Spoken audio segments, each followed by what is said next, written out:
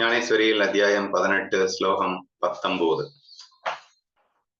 இந்த ஸ்லோகத்துல ஏற்கனவே நம்ம ஞாத்தா ஞேயம் ஞானம் கர்த்தா கரணம் கர்மம் அப்படிங்கிற ஒரு டீட்டெயிலான விஷயத்தை பார்த்து முடிச்சாச்சு. இப்போ அதுல பர்டிகுலரா ஞானம் கர்த்தா கர்மம், சரியா? அதாவது ஏதாவது ஒரு மூணு சொன்னாலும் ஓகே தான், அல்லது இந்த மூணா மாறிடுக்கு அப்படின்றதுனால இந்த இடத்துல ஞாத்தா ஞானம் ஞேயம்ல ஞானத்தை மட்டும் எடுத்துக்கிட்டு கீழே இந்த பக்கத்துல கர்த்தாவையும் கர்மத்தையும் எடுத்துக்கிட்டாங்க. ஸோ எல்லாம் ஒண்ணுதான், ஒன்றும் கன்ஃபியூஷன் ஆகிறதுக்கு எதுவும் இல்லை. ஸோ இந்த மூணை பத்தி இன்னொரு டீட்டெயிலான ஒரு அரசல், சரியா? இந்த மூணு ஏற்கனவே பேசி முடிச்சாச்சு. என்னது ஞாத்தான்னா யாரு, ஞானம்னா என்ன, ஞேயம்னா என்ன, கர்த்தான்னா என்ன, கரணம்னா என்ன, கர்மம்னா என்னெல்லாம் பார்த்தாச்சு. பார்த்து முடிச்சதுக்கு அப்புறமா உடனே நமக்கு ஒரு டவுட் வரும். அங்கே ஞானம் என்று ஒன்று பேசப்பட்டதே, அதுதான் ஞானமும். அப்போ இந்த இடத்துல ஞானம் அப்படிங்கிறதும் மூவகைப்படும், ஞாத்தா மூவகைப்படுவான், ஞேயம் மூவகைப்படும். அல்லது இப்படி வந்தீங்கன்னா கர்த்தா மூவகைப்படுவான், கர்மம் மூவகைப்படும், பிளஸ் ஞானம் மூவகைப்படும், கரண் மூவகைப்படும் சொல்லலாம். பட் இத சுருக்கி மூன்றா நம்ம பிரிச்சு பேசணும் அப்படின்னு ஆசைப்படும் போது என்னென்ன சொல்ல வேண்டியது இருக்குன்னா, ஞாத்தாவுக்கு பதிலா கர்த்தான்னு சொல்லிட்டாரு, சரியா? கரணுக்கு பதிலா ஞானம்னு சொல்லியாச்சு. அடுத்து ஞேய வஸ்துக்கு பதிலா கர்மம் அப்படின்னு சொல்லியாச்சு. இந்த மூணு மட்டும் நம்ம ரொம்ப டீட்டெயிலா பார்க்க போறோம் அப்படின்னு ஆரம்பிக்கிறார், சரியா? அப்போ அதுலயும் குறிப்பா ஞானத்துல இருந்து நான் ஃபர்ஸ்ட் ப்ரிஃபரன்ஸ் முதல்ல ஞானத்துக்கு நான் இம்பார்ட்டன்ஸ் கொடுத்துட்டு அதுக்கப்புறம் இது எல்லாத்தையுமே நான் எக்ஸ்பிளைன் பண்றேன். அதாவது இந்த மூணுமே மூன்றாக பிரித்து சொல்லப்படுகிறது. சாத்வீக, ராஜச, தாமச குணங்களோடு சம்பந்தப்படுத்தி பேச போகின்றது இந்த ஸ்லோகம். ஏன் இதை சொல்லணும் அப்படின்னு நீங்க கேட்டீங்கன்னா, ஞானம்னு மொட்டையா சொன்னா கண்ணை மூடிட்டு அதை ஃபாலோ பண்ண முடியாது. அது எந்த மாதிரி இருந்தா அதை அக்செப்ட் பண்ணணும், எந்த மாதிரி இருந்தா அக்செப்ட் பண்ணக்கூடாது அப்படின்னு எக்ஸ்ட்ரா நமக்கு டெப்த் தேவைப்படுது. இப்ப ஞானத்திலேயே 3 வகை இருக்கு. அதுல எந்த ஞானத்தை நீ எடுத்துக்கலாம், எந்த ஞானத்தை நீ எடுத்துக்க கூடாது அப்படின்னு சொல்லி தர வேண்டியது இருக்கு. அப்ப கர்மம் என்ன கர்மம் வேணா பண்ணிடலாமா? இல்ல. சாத்வீக கர்மம்னு ஒண்ணு இருக்கு, அதை மட்டும்தான் நீ பண்ணணும். மீதி 2 கர்மத்தை நீ பண்ணக்கூடாது. கர்த்தால கூட நீ எப்படிப்பட்ட கர்த்தாவாக இருக்கணும் என்று ஒரு டீடைல்டு அனாலிசிஸ்குள்ள அடுத்து எடுத்துட்டு போகணும்னு ஆசைப்பட்டு இந்த ஸ்லோகம் அமைகிறது. படிக்கிறேன், கேளுங்க. இதுவரை விவரமாக சொல்லப்பட்டிருக்கும் ஞானம், கர்த்தா, கர்மம் என்ற இவை மூன்றும் முக்குணங்களின் சேர்க்கையால் மூவகைப்படுகின்றன. ஆகையால் ஞானம், கர்மம், கர்த்தா என்ற இம்மூன்றுமே எப்போதும் ஒரே வகைப்பட்டிருக்கும் என்று நம்புவதற்கு இடமில்லை. இப்ப இந்த 3 விஷயமும் முக்குணங்களின் சம்பந்தத்தால் 3 வகையாக இருக்கின்றனப்பா. இப்ப முக்குணம் சம்பந்தப்பட்டு இருக்கிறதுனால அது 3ஆக பிரித்து வைக்கப்பட்டிருக்கும் காரணத்தை கொண்டு எப்பயுமே ஒரே மாதிரி இருக்காதுன்னு டைரக்டா புரிஞ்சுப்பாங்க. ஏன்னா குண சம்பந்தத்தோட இருக்காது. அப்படிங்கிறப்போ அது முக்குணம் சம்பந்தப்பட்டிருக்கு. அப்ப 3 விதமா தானே இருக்கும். ஒரே விதப்பட்டிருக்கும்னு நீங்க எடுத்துக்கவே முடியாதுன்றதை புரிஞ்சுக்கலாம் அப்படின்னு சொல்லிட்டாரு. 2 குணங்களின் சேர்க்கையை அடைந்த இவை பந்தத்திற்கே காரணமாகின்றன. ஒன்றின் சேர்க்கையை விடுதலை செய்து வைக்க சாமர்த்தியம் படைத்தவை ஆகின்றது. அந்த 3 வகையில 2 வகை உனக்கு பந்தத்தை மட்டும்தான் கொடுக்கும், ஒண்ணுதான் உனக்கு விடுதலையை தேடித்தரும் அப்படின்னு சொல்றாரு. ஒரே உங்களுக்கு புரிஞ்சிருக்கும். ராஜச, தாமசம் அப்படிங்கிற அந்த குணத்தின் சேர்க்கையோடு இருக்கின்ற ஞாத்தா, கர்மம், ஞானம் அப்படிங்கிறது, அதாவது கர்த்தா, ஞானம், கர்மம் அப்படிங்கிறது பந்தத்திற்கு காரணம். இது ராஜச, தாமச குணங்களுடன் கூடிய கர்த்தா, ஞானம், கர்மம் எதுக்கு காரணமா இருக்கும்? பந்தத்துக்கு காரணமா இருக்கும். ஆனால் சாத்வீக குணங்களுடன் கூடிய கர்த்தா, ஞானம் அண்ட் கர்மம் அது உனக்கு விடுதலையை செய்து கொடுப்பதாக அமைகிறது அப்படின்னு சொல்லியிருக்காரு. இவற்றில் சாத்வீக பிரகாரத்திற்கு நீ நன்றாக அறிந்து கொள்வதை உத்தேசித்து முக்குணங்களின் சேர்க்கையால் இவற்றில் ஏற்படும் வேதங்களை சொல்லப் போகிறேன். ஆக்சுவலா என்னுடைய இன்டென்ஷன் வந்து நீ சாத்விக மட்டும்தான் யூஸ் பண்ணணும், ஃபாலோ பண்ணணும் அப்படிங்கிறது மட்டும்தான். பட் ஆக்சுவலி மூணுமே உனக்கு சொல்லி காட்டும் போது எதை விளக்கணும்ன்றதையும் நீ புரிஞ்சுக்கலாம், எதை ஃபாலோ பண்ணணும்ன்றதையும் புரிஞ்சுக்கலாம் அப்படிங்கிறதுக்காக I am going to explain in detail about all these three குணாஸ். அந்த முக்குணங்களையும் நான் சேர்த்து உனக்கு சொல்லி தரப்போறேன். இந்த விஷயம் சாங்கிர சாஸ்திரத்து இனிமேல் இந்த ஒரு பேராகிராஃப் ஃபுல்லாவே சாங்கியா பிலாசபி, கபில முனி அப்படின்னு சொல்றவர் எழுதிய ஒரு பிலாசபி வந்து சாங்கியா பிலாசபின்னு பேரு. அந்த சாங்கிய சாஸ்திரத்துல ரொம்ப டீட்டெயிலா இந்த விஷயமா எழுதப்பட்டிருக்கு அப்படின்னு சொல்லி அந்த சாங்கிய சாஸ்திரத்தை புகழும் வண்ணமாகவும் சில விஷயங்களை ஞானதேவர் சொல்றாரு, படிக்கிறேன். இந்த சாங்கிய சாஸ்திரம் தத்துவ விசாரத்தால் நிறைந்துள்ள பார்க்கடல் என்றும், அப்படின்னா கம்ப்ளீட் ஞான யோகம் அப்படின்னு நீங்க புரிஞ்சுக்கலாம். சரியா? தத்துவ விசாரத்தால் நிறைந்துள்ள பார்க்கடல். ஆத்ம ஞானம் என்னும் குமுத புஷ்பத்தை விகர்ப்பிக்க செய்யும் சந்திரன் என்றும், ஆத்ம ஞானம் என்னும் புஷ்பத்தை, சந்திரன் வந்தவங்க புஷ்பம், குமுத புஷ்பம் விகர்சிக்குது. ஆனா இந்த சாங்கிய சாஸ்திரம் அப்படிங்கறத நீ படிச்ச உடனே உனக்குள்ள இருக்கிற ஞானம் அப்படிங்கிற குமுத புஷ்பம் விகர்சிக்க போகிறது. சந்திரன் என்றும், ஞானப்பார்வை படைத்த சாஸ்திரங்களுக்குள் அரசன் என்றும், ஞானப்பார்வை படைத்த சாஸ்திரங்களுக்குள் அப்படின்னா, ஏன்னா நிறைய கிரந்தங்கள் இருக்கு, நிறைய வேதங்கள் இருக்கு. ஒண்ணு பக்தியை பிரதானமா எடுத்து சொல்லும், பதஞ்சலி யோக சாஸ்திரம் வந்து குறிப்பா தியானத்தை பிரதானமா எடுத்து சொல்லும். அப்படி ஒவ்வொரு வேதமும் வந்து ஒவ்வொரு பர்டிகுலர் விஷயத்துக்கு முக்கியத்துவம் கொடுத்து பேசப்பட்டிருக்கிறது அப்படின்றது எல்லாருக்கும் தெரிஞ்சது. இதுல பர்டிகுலர் என்ன சொல்றாருன்னா, ஞான சாஸ்திரத்துக்குன்னே நிறைய வேதங்கள் இருக்கிறது. இப்ப நம்ம சொன்னோம் இல்லையா, கபில முனியால் எழுதப்பட்ட சாங்கிய சாஸ்திரம் என்பது முழுக்க முழுக்க ஞான சாஸ்திரம் அப்படின்னு, ஞான யோகம் அப்படின்னு புரிஞ்சுக்கோங்களேன். அந்த ஞான இந்த மாதிரி எக்கச்சக்கமான கிரந்தங்கள் இருக்கு. சரியா? அதுல யார் அரசன்னா அந்த சாங்கிய சாஸ்திரம் தான் அரசன். எதுக்கு? ஞானத்திற்கு சாங்கிய சாஸ்திரம் அரசன் அப்படின்னு நீங்க புரிஞ்சுக்கணும். இதுல எக்ஸ்ட்ரா ஒரு வார்த்தை வரலாம், வேதாந்தா அப்படின்னு ஒண்ணு இருக்கு. வேதாந்தம் அப்படின்னு நீங்க சொல்லி நீங்க வேதாந்தத்தை ஃபாலோ பண்ணணும் அப்படின்னு சொன்னீங்களே, இப்போ நீங்க சாங்கிய சாஸ்திரத்தை எடுத்துக்கிறீங்களே அப்படின்னா, there may be a slightest difference இருக்கும். ஒவ்வொரு சாஸ்திரத்துக்கும் ஒன்னொன்னுக்கும் வந்து டிஃபரன்ஸ் இருக்கும். பட் அல்டிமேட்லி எல்லாமே இந்த பரபிரமத்தை அடைவதற்கான வழியைத்தான் காட்டுது.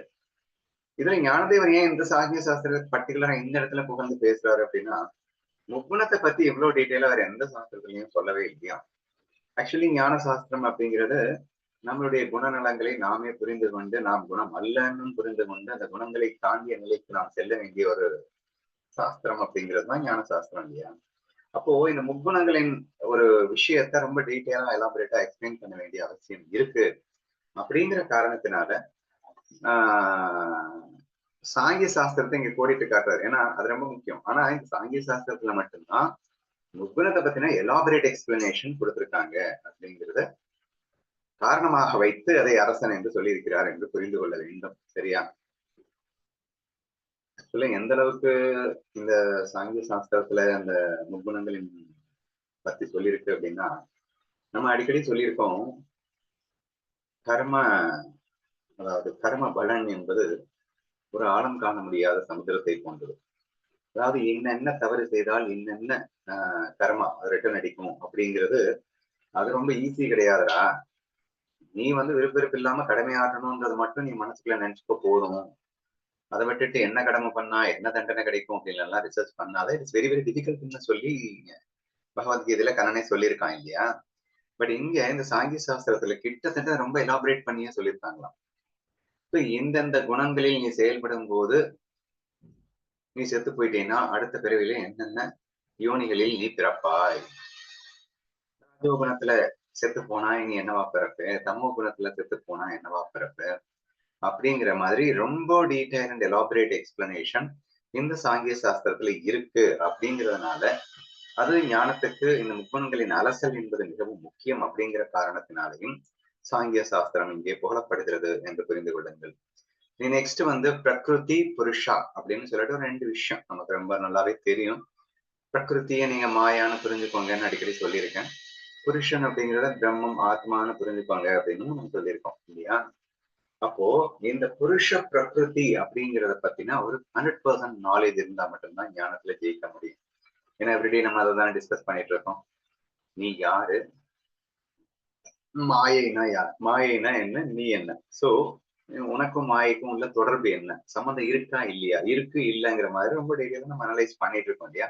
இந்த விஷயத்த சாங்கிய சாஸ்திரத்துல ரொம்ப எலாபரேட்டா எக்ஸ்பிளைன் பண்ணிருக்கு பிரகிருதி. சோ இந்த விஷயங்கள் ரொம்ப எலாபரேட்டா சொல்லப்பட்டிருக்கு அப்படிங்கிறதுனாலையும் இந்த சாங்கிய சாஸ்திரம் பெருமை பெற்று விளங்குகிறது என்று சொல்லி இருக்கிறார். இப்ப நான் படிச்சேன்னா உங்களுக்கு ஈஸியா புரியும். அரசன் என்று சொல்லும்படியா இருக்கிறது. ஒன்றோடு ஒன்று கலந்து கிடக்கும் பகல்களை போல் கலந்து கிடக்கும் பிரகிருதி புருஷர்களை பிரித்து காட்டி கொடுக்கும் சூரியன் என்றே இந்த சாஸ்திரத்தை சொல்ல வேண்டும். ஏன்னா நம்ம என்ன சொன்னோம், பிரம்மே மாயா இருக்கு. ஆனா பிரம்ம மாயை இல்லடா, பிரம்மத்துக்கு மாயை இடே ஏனி போட்டாலும் எட்டாதுடா, அது ட்ரூத்துடா, இது பொய்டா, இது இல்லவே இல்லடா, அது இருக்கு, அது எப்படிடா இதுவும் அதுவும் ஒன்னாகும் அப்படின்னு பேசிட்டு இருக்கும் போதே அதுதான் இதுவா இருக்கு, அது இல்லாம இது இருக்கவே முடியாது, அதனுடைய நிழல் தான் இது, இருக்குன்னு தனியா இருப்பு கிடையாது. அப்படி என்னதாங்க சொல்ற, இது வேற இது வேறங்கிற, ஆனாலும் கடைசியில ரெண்டு ஒண்ணுங்கிறியே. சோ ஒரு சுட்சமான விஷயம் தானே. சோ அதை இந்த சாஸ்திரம் வந்து அழகா காட்டி கொடுக்குதுங்கிறது. பகல்களை போல் கலந்து கிடக்கும் பிரகிருதி புருஷர்களை பிரித்து காட்டி கொடுக்கும் சூரியன் என்றே இந்த சாஸ்திரத்தை சொல்ல வேண்டும். சோ நம்ம ரொம்ப டீட்டெயிலா நம்ம எலாபரேட்டா எவ்ரிடே எக்ஸ்பிளைன் பண்ணிட்டு இருக்கோம் பிரகிருதி புருஷன் இந்த ரெண்டு பேருக்குள்ள அந்த ரிலேஷன்ஷிப். சோ இதை எவ்வளவு அழகா புரிஞ்சுக்க போறோமோ அந்த அளவுக்கு நீங்க ஞானியா இருக்க போறீங்கன்னு அர்த்தம். ஓகேவா. இந்த சாஸ்திரத்தின் உதவியை கொண்டு கரையற்றதான மோகக்கடலில் நிறைந்து கிடக்கும் 24 தத்துவங்களையும் அளந்து தள்ளி அவற்றிற்கு அப்புறம் இருக்கும் பரேஷனை பரமாத்மாவை கண்டுகொண்டு சுகம் தரக்கூடும். ஹே அர்ஜுனா, இதுலயே நம்ம பகவத்கீதையே தத்துவங்கள் டிஃபரெண்டாக நிறைய பேசப்பட்டு கொண்டு வருகிறது. 32 தத்துவம் சொல்லுவாங்க, 24 தத்துவம் சொல்லுவாங்க. சோ இந்த மாயை வந்து எலாபரேட்டா ஆராய்ச்சி பண்றதுக்காக டிஃப்ரெண்ட் கிரந்தங்கள்ல சொல்லப்பட்டிருக்குன்னு வச்சுக்கோங்களேன். அதுல இந்த சாங்கிய சாஸ்திரத்துல 24 சொல்லப்பட்டிருக்கு. ஸோ எக்ஸாக்ட்லி 24 எனக்கு என்னன்னு தெரியாது. மோஸ்ட்லி என்னவா இருக்கும் அப்படின்னு சொன்னா பஞ்சபூதங்கள் 5 சொல்லலாம், ஐம்புலன்கள் 5 சொல்லலாம், பிளஸ் செயற்கரணங்கள் 5 சொல்லலாம். ஒரு 15, ஒரு மனம் புத்தி சித்தம் அகங்காரம்னு ஒரு 4, ஒரு 19, மீதி எனக்கு இப்போதைக்கு ஞாபகம் இல்லை. சோ இந்த மாதிரி மாயையில் சம்பந்தப்பட்ட விஷயத்தை எலாபரேட் எக்ஸ்பிளனேஷனுக்காக தத்துவங்களை அடிப்படையாக நிறைய வந்து எக்ஸ்பிளனேஷன் கொடுக்கறது வந்து அந்த வகையில 24 தத்துவங்களாக இந்த மாயைய இந்த பிரகிருதிய பிரிச்சு மேயுது. எது சாங்கிய சாஸ்திரம் பிரிச்சு மேய்ஞ்சிட்டு கடைசிலடே இதுல எதுவுமே நீ இல்லடா, 25வது தத்துவமாக அல்லது இதை காண்பியவனாக இருப்பதுவே புருஷன் அப்படின்னு பிரிச்சு காட்டலாம். சரியா, அதான் இங்க எக்ஸ்பிளைன் பண்ணிருக்காரு. இவ்வளவு பெருமை படைத்த சாங்கிய சாஸ்திரம் எந்த முக்குணங்களின் பெருமையை வர்ணிக்கிறதோ அக்குணங்களில் செய்து வைக்கும் வேலையை வர்ணிப்பேன் கே. சோ அவ்வளோ பெருமை பெற்ற அந்த சாங்கிய சாஸ்திரத்துல இந்த குணங்களின் பெருமை எப்படியெல்லாம் வர்ணிக்கப்பட்டிருக்கோ அதை நான் அப்படியே உனக்கு சொல்லித்தரேன் அப்படின்றது நம்ம கண்ணன் சொல்றான். அதே நம்ம ஞானதேவன் சொல்றாரு. இந்த முக்குணங்கள் தங்களுடைய இயற்கையான பலத்தால் திருஷ்ய பதார்த்தங்கள் அனைத்தையும் ஆக்கிரமித்துக் கொண்டு அவற்றை மூவகைப்படுத்தி தங்கள் முத்திரையை அவற்றின் மேல் பதித்து வைக்கின்றன. திருஷ்ய பதார்த்தங்கள் அப்படின்னா என்னங்க? திருஷ்டா, திருஷ்யம். திருஷ்டான்னா காண்பவன் அப்படின்னு அர்த்தம். திருஷ்யம் அப்படின்னா காணப்படும் பொருள் அப்படின்னு அர்த்தம். சரியா, இப்போ இந்த திருஷ்ய பதார்த்தங்கள் அனைத்தையும் அப்படின்னா நீ கண்ட பார்க்கக்கூடிய அத்தனை பதார்த்தத்திலையும் சம்மந்தம் இருக்கு அப்படின்ட்டு. சரியா, not only the human beings, not only the animals, not only the birds, even the non-living things also. திருஷ்ய பதார்த்தம் அப்படின்னு எல்லாம் தானே வரும். ஸோ எல்லாத்துலயுமே இந்த முக்குணங்களின் சேர்க்கை இருக்குண்டா அப்படிங்கிறாரு. ஆக்கிரமித்துக் கொண்டு அவற்றை மூவகைப்படுத்தி தங்கள் முத்திரையை அவற்றின் மேல் பதித்து வைக்கின்றன அப்படின்னு என்ன அர்த்தம்? இது சாத்விக், இது ரஜசிக், இது தமசிக் அப்படின்னு சொல்லிட்டு முத்திரையை ஏற்படுத்தி வச்சிருச்சான். சத்துவம், ரஜஸ், தமஸ் என்ற 3 குணங்களின் சக்தி பிரம்மா முதற்கொன்று புழு உயிராக உள்ள ஜீவராசிகள் அனைத்தையும் மூபிதப்பட்ட அவஸ்தைகளுக்கு உள்ளாக செய்து வைக்கின்றது. once again the same thing repeat பண்றாரு. பிரம்மா முதற்கொண்டு புழு வரைக்கும் எல்லாத்துலயுமே வந்து இந்த முக்குணங்கள் இருக்கு அப்படின்னு. பிரம்மா, விஷ்ணு, சிவன் நீங்களே உங்களுக்கு தெரிஞ்சிருக்கும்னு நினைக்கிறேன். பிரம்மா யாரு? இவர் ரஜஸ் கிரியேட்டர்ல. சோ ரஜஸ் நம்ம சிவன் சம்ஹரிப்பவன். தமஸ் அண்ட் காப்பவன் யாரு? விஷ்ணு. அவன் வந்து சாத்விக். சோ பிரம்மா விஷ்ணு சிவனே கூட முக்குணங்களால் ஆனவை என்பதை நாம் காண்கின்றோம். சரியா? என்ன இது கடவுளை பற்றி இப்படி சொல்றீங்க அப்படின்னா, just first of all try to understand that எல்லாமே முக்குண கலவையில தான் ஆனது அப்படின்றத புரிஞ்சுக்கணும். அதுக்காக 3 குணமே தப்புன்னு கிடையாது. எது எது எங்கெங்க இருக்கணுமோ அங்கங்க இருந்தா தப்பு இல்லை. பட் மாத்தி இருக்கும்போது தான் எல்லாமே தப்பாயிடுது அப்படின்றதையும் சேர்ந்து புரிஞ்சுக்கணும். 2வது தமஸ் அண்ட் ரஜஸ வந்து மட்டம் என்று சொல்லப்படுவதும் உண்மை என்றும் புரிந்து கொள்ளணும். ஏன்னா அந்த கடவுளை சொல்லும் போது மட்டும்தான் நீங்க வந்து கன்ஃபியூஸ் ஆயிடுவீங்கிறதுக்காக நான் அதை சொல்ல வேண்டியது இருக்கு. இப்போ சிவன் வந்து எப்பயுமே தியானத்திலேயே இருப்பாரு. தமஸ்னா என்ன? செயலற்று இருப்பது, சோம்பேறியாக இருப்பது நம்ம அந்த மாதிரி சொல்லுவோம். அதுவே இன்னொரு பாஷையில சொல்லணும்னா செயலற்று இருப்பது. சிவன் என்னைக்குமே வந்து மயானத்துல ஒரு என்ன சொல்றது, குளிச்சுட்டு செஞ்சுட்டு அதெல்லாம் எதுவுமே இல்லாம ஜஸ்ட் லைக் தட் அவர் பாட்டு சும்மா தான் உட்காந்துருப்பாரு. So therefore it indicates that தமோ அப்படின்னு சொல்லப்படுகிறது. இங்க கிரியேட்டர் யாரு? நம்ம ரஜஸ் பிரம்மன். ஸோ புதிதாக வந்து சிந்திச்சு புதிதுதான் படைக்க வேண்டிய படைப்பாற்றல் கடவுள் அப்படிங்கிறப்போ ஆட்டோமேட்டிக்கலி அவன் ரஜஸ்ல தான் வர வேண்டியது. அப்ப சம்பாழ்நிக்கா அப்படின்னா காத்து ரட்சிப்பவன் அப்படிங்கிற ஆக்டிவிட்டி வந்து சாத்விக்ல வருது. அந்த பேசிஸ்ல நீங்க புரிஞ்சுக்க ட்ரை பண்ணுங்க அப்படிங்கிறேன். சரி, 2வது நீங்க புரிஞ்சுக்கணும். சமஸ் ரஜஸ் அப்படிங்கிறது மட்டமான குணம்னு புரிஞ்சுக்கின்ற அதே வேலையில அந்த குணங்களும் எப்படி இருக்கணுமோ அப்படி இருந்தா அது தப்பு இல்லைன்றதையும் சேர்ந்து புரிஞ்சுக்கணும் அப்படின்னு சொல்ல வரேன். சரியா?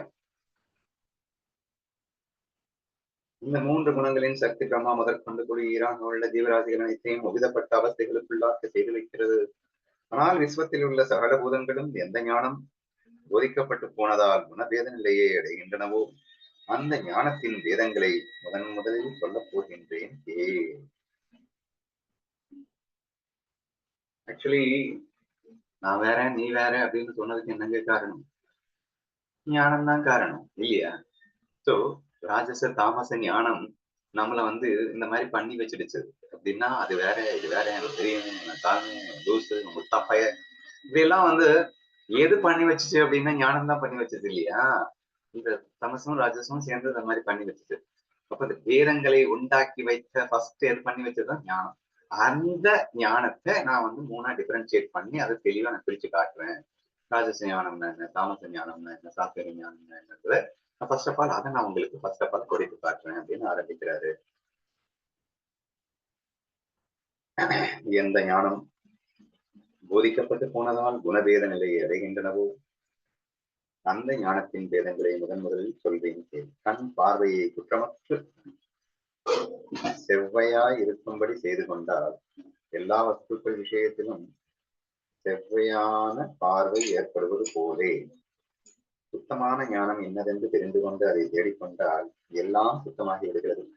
ஆகவே சாத்வீக ஞானம் என்பது எதுவோ அதையே முதலில் சொல்லப் போகின்றேன், கவனித்து கேள் என்று கைவல்ய குணாதீதனான கைவல்ய குணத்திற்கு ஆதாரஸ்தானமான ஸ்ரீகிருஷ்ணன் சொன்னார். சோ கிருஷ்ணனை வந்து ஞானதேவர் சொல்லும் போது ஒரு வாட்டியும் டிஃப்ரெண்டா சொல்லுவார். சோ அதனால இந்த இடத்துல கைவல்ய குணத்திற்கு, கைவல்யம்னா மோட்ச குணம், மோட்சத்துக்கு தேவையான குணம்னு வச்சுக்கோங்க. சரியா? அதற்கு ஆதாரஸ்தானமான அப்படிங்கிற மாதிரி ஒரு புகழாரம் சொல்லி கிருஷ்ணனை வர்ணித்திருக்கின்றார். என்ன சொல்ல வர்றாருன்னா, ஞானம் அப்படிங்கிறத, அதுவும் சாத்வீக ஞானம் என்னதுன்னு நான் முதல்லயே சொல்லிட்டேன் அப்படின்னா அப்ப அதுவே நீ சுத்திகரிக்கப்பட்டு விடுகின்றனா மாறி விடுகின்றாய். அதுக்கப்புறம் மற்ற 2 ஆட்டோமேட்டிக்காவே கிளென்ஸ் ஆயிடும்.